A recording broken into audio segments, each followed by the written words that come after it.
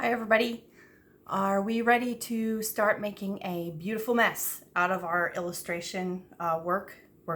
Today I'm going to begin on my title page so that you can see one of my processes for adding color to my illustrations.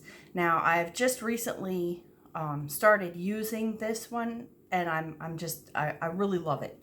I like how it works out. I like the controllability, and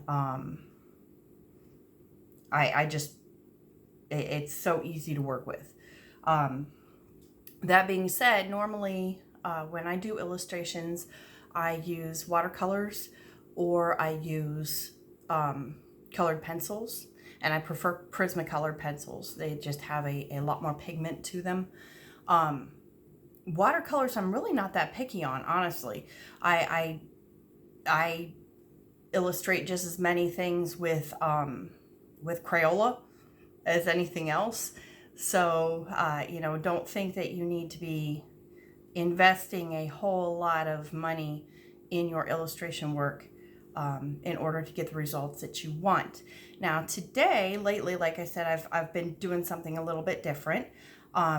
I have been using chalk pastels with a water wash instead of using watercolors for the whole page.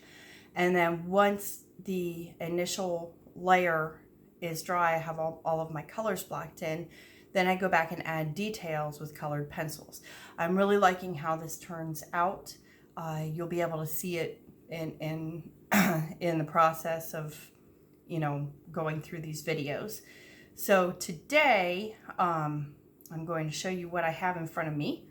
I'm gonna adjust the camera a little bit, and then we will get started adding color so that you can see that literally this begins as the biggest mess that you could ever hope to see. But through some effort and some time, that all changes. I chose the title page illustration because it's relatively simple. There's not a lot of detail to it, so you don't have to suffer through hours and hours and hours of me working on one page. So let's go ahead and get started. Let me rearrange this. And by the way, I have my phone blocked up on my easel, so with literally with hair ties and a ruler holding it on. So, this is not a tripod moment. So, all right, here we go. Let's see here. We're going to turn you this way so that you can maybe see. Maybe. Okay, we're going to start there, and then I'll just move things into the camera. Ouch. Call me Grace. Okay, so here we are. I have a selection of chalk pastels, and then my other selection of chalk pastels. I've got some water, which I have not found a difference between using warm or cold water, just in case you're curious. I was curious about that one day. And my selection of brushes. I have a paper towel, and I have my illustration. Let's get this adjusted a little bit better so that you can watch the illustration. This is not ideal. Ha! Okay, that'll work. Okay, so here we go. Now, the first thing that I always do is I find the largest color block on my page and I begin there. I want to decide what color I want the background of this. And I think that we're going to go for a lovely shade of blue that is going to be dark enough to look just a tad creepy and like it's nighttime-ish. And then I literally try to just miss everything that is going to be in another color. And I try to get as much coverage as I can without interfering with the other elements. Now, every book has a story behind it. So this one is no different. This is actually my husband's bedtime story for our boys when they were growing up. And I gave him credit for the words, even though there aren't that many. And what's really funny is that the boys always knew that this was a story that they were going to get when they asked him for a story. And they always fussed whenever it was time for the story to be over.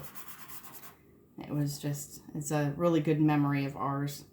And it was the fun kind of fussing. Of course, they'd all be riled up by the time they were then in bed. But that's okay. You're allowed to be a little riled. It's a very quick word story. Like I said, it has, let's see. Yeah, it has 2 sentences. So I hope that I did it justice with my illustrations. Okay, now as you can see, like I said,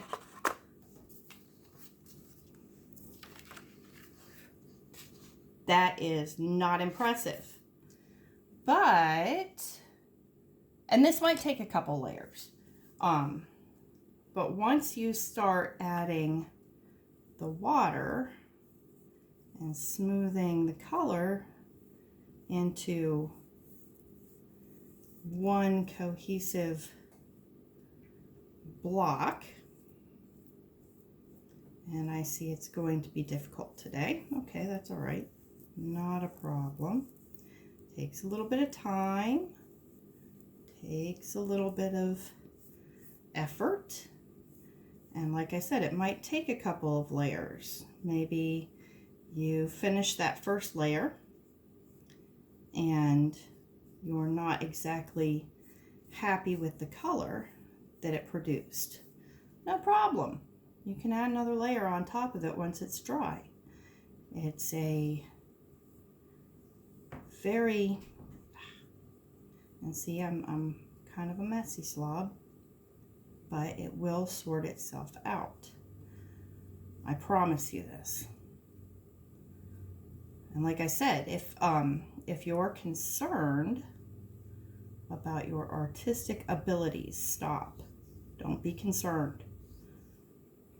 You are doing this from a place in your heart, and that is going to come through no matter what you think your artistic abilities are or are not. And you are doing this to make other people happy. And not everything has to be perfect. Actually, if you think about it, perfect is just a tad boring. I mean, if we were all perfect, just think of how many things would never happen. And some of those things are good. They're not all bad. Whoops, we have the hubby coming home.